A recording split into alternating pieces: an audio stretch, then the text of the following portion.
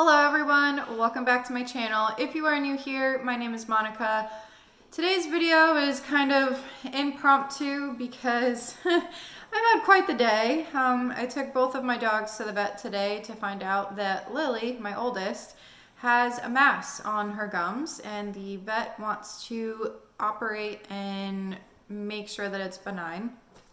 Then, after I dropped my dogs off at home and went to the store, we get a call from our pest control guy saying that there is flooding on the one side of the house that I guess I didn't notice when I was home. And so then we had to take care of that. So it has been a very long day.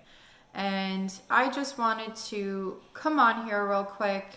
If you hear weird noises, my washing machine is going.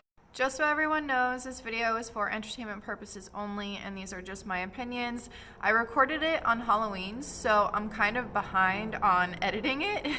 And I'm just a little sick right now, so don't mind the appearance of my ugly face. But yeah, so I hope you guys enjoy.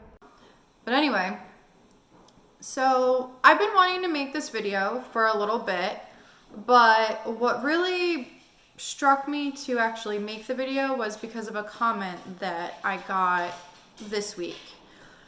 Now, obviously, you guys know I'm anti MLM. And here's the thing, is I know that not everyone's gonna like me, and I know that not everyone's gonna agree with me. And that's totally fine. You are entitled to your opinion, and you are entitled to not like me. That's just it. With that being said, of course I know that MLM people, like pro MLM people, are going to contact me and they're going to tell me that you failed because you suck at the MLM. You suck at the business model. You know, you don't know what it takes to be a business owner, blah, blah, blah. Let me tell you guys about myself just a little bit. Me, my fiance, his brother, and his brother's wife. We own not one, but two businesses. Legitimate businesses where we do not sell other people's products in a triangle structure. So there's that. Now, for someone to approach an anti-MLMer and either say that you don't know because you've never been in one, or you don't know because you sucked and you failed. Here's the thing though, is that if you look at the FTC's website, if even the FTC is saying that people in the high 90 percentile that join MLMs don't make any money, that should speak volumes, number one. Number two, when people try to argue, well, there's always that small percentage of people that are making money in the company. Yeah, that's true. But look at the actual amount. In my Young Living video, the people who were making a ton of money were less than 1% of the people in the company. Now, here's the thing too, that the income disclosure statement does not show you, is that income disclosure statement does not include the starter kits, any personal volume that they have to keep, and any expenses that they have, whether it's, let's say that they're still doing physical parties. Like, you know how back in the day they did all of those parties where you went to someone's house? Let's say that they're still doing those physical parties. And let's say that they're bringing refreshments and drinks and they're spending their time and their gas to get to this location. That income disclosure statement does not show that. That income disclosure statement also does not show how many hours these people are putting into their MLM.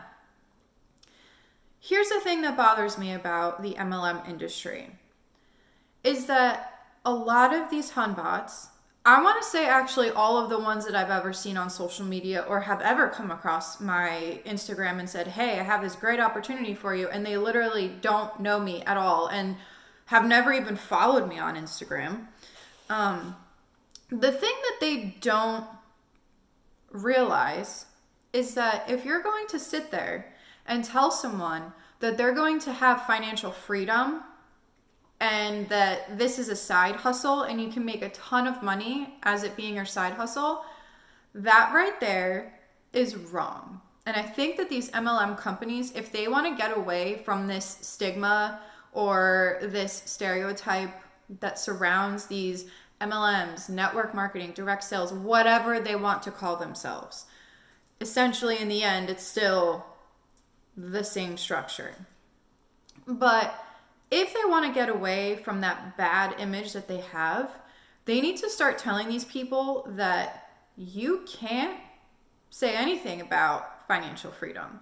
You can't tell them that this is great as a side hustle. You can't tell these people that, because most of these people that you're trying to get onto your team, some of these people have full-time jobs, and their full-time job is so demanding that they don't have the time to sit there and have to do all of the stuff that you're asking them to do.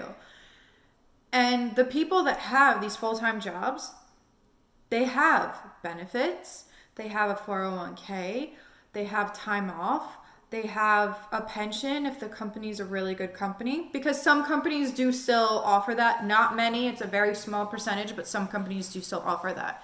So if you're going to be telling people that it's financial freedom, blah, blah, blah, what you're not factoring in is that you have to pay for your health insurance. Unless if you're married and your husband or wife has, they have really great insurance. But let's say that it's someone who's single. You have to pay for your own insurance. You don't really get time off, because they can sit there and try to say that you can make your schedule. No, you cannot. It is a 24/7 job. And they're not getting a 401k. They're not getting a pension plan. So that's the thing, is that they're trying to make it seem like this is an amazing business and this is a great business structure and stuff like that. But it's not. It's not, because there's so many things missing from the MLM industry that they cannot offer, that other jobs can offer. Another thing that seriously needs to stop being said in these MLMs and by these MLM Huns, this is not your own business. It's not. It is not your own business. You do not know what it takes to have your own business. Because here's the thing, is that if you're, what's up, baby? Is that if you are a HunBot and you're posting 90% of the time about recruitment, that right there shows that you make most of your money off of your recruits. And we all know the difference between a pyramid scheme and a legal MLM. So if I'm going to be constantly seeing stuff about recruitment and then, but you can totally sell this product, the way that you make money in MLMs is not through the product. It's through the team that you build, the downline that you have. The people that are all the way at the top that are making 6 figures, look at what the rank is in the company. In order to be at that rank, you have to have a massive downline. So it really is recruitment, because by the time that these MLM Huns get to that particular, tier, they don't have to sell the product anymore. They literally just make money off of their recruits. So yeah, of course, they probably have to meet some kind of quota a month. I'm sure that that's what it is for most of these MLMs. But look at how much money they're making. And if the income disclosure statements also show that in the high 90 percentile, just like the FTC, that in the high 90 percentile, that people either A, make $0 or only make like a couple $100s in a year, that right there should show you that you can't just sell the product and make money. You have to build a team. You have to have a downline. You have to have a downline. So, that's just something that I wanted to talk about. But when someone tries to tell me that it would be more admirable if I just admitted that I sucked at the business and that I should stop blaming the business structure. Well, here's a little comment back to that. So I'm saying that the MLM structure is not built to make you succeed, right? But then these MLM hunbots, they sit there and try to tell me that my full-time job, not my business, but when I was working full-time in an office, that my office job is a pyramid because you have the CEO, the managers, and it trickles down, right? Well,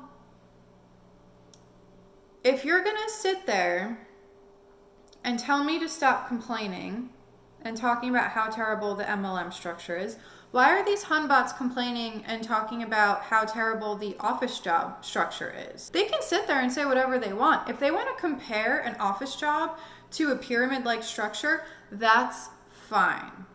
Go right ahead, whatever floats your boat. I don't care. But you need to kind of factor in these things. And for someone to tell me that I didn't work hard enough, I don't know what it takes. Like I said in the beginning of this video, my family owns not just one, but 2 businesses. So I know damn well what goes into having your own legitimate business. If my business fails, okay, if the business fails, that's on us. And if it fails, I'm not making someone else rich, because these uplines, they make money off of the failures as well, because they make money off of the starter packs, they make money off of any PV that these people have. And let's say that they do sell a product or 2. They make money off of that. They make a commission off of it. So, if my business fails, it fails. If I fail in an MLM, that money still goes to someone above me. And for someone to say, well, I made it to the top and blah, blah, blah, blah, blah. Well, let's look at the LuLaRoe Vice documentary. Same thing. They made it pretty far in the company. The one girl was they were close friends with Deanne. And look at what happened to her. Granted, that's one person in a documentary, but it happens. And she lost her house and had no idea what she wanted to do. People have filed for bankruptcy because of these MLMs. So that's the thing, is that for these pro MLMers to try to talk to me and everything like that and try to basically tell me that my opinion is wrong, you can go ahead and say that. I'm still going to tell you that an MLM is predatory. I see it happening all the time. I see the claims. I see the whole, you can work from home. I see, oh, look, I'm at home with my kids and I'm working from wherever I am with my kids. Or I have a full-time job and this is my side hustle and I'm making a ton of money, blah, blah, blah, blah, blah. I see that all the time on social media. And for these people to say, well, not everyone's cut out for network marketing. Yeah, not everyone's cut out for that. If you're in the business of scamming people, then yeah, you are cut out for it. But I don't agree with the business practices. Look at how many lawsuits most of these MLMs have. Look at how many MLMs have to restructure because they were told that they were a pyramid scheme. And the argument of, well, this company's been around for so long, blah, blah, blah. Okay, well, did you maybe look into the history of the company? Did they maybe restructure? Were there maybe a ton of lawsuits? And that's the thing, is that these people don't think to look into that. I mean, for example, look at Advocare. Hi, baby. Look at Advocare. Literally, they were operating for how many years? And look at what just happened with them. So just because a company's been around for a long time does not mean that they're a legitimate company. What's up, baby? Oh, thank you. Thank you for the paw. But just because they've been around for a while doesn't mean that they're a legitimate company or that they're a good company. So, there's that. And then also, when some people compare, I actually saw this in Emily Ann's most recent MLM video, or anti MLM video. When people compare an MLM to a franchise, this was actually said in my comment section as well. There is a difference. Yes, you are still selling someone else's product. Yes.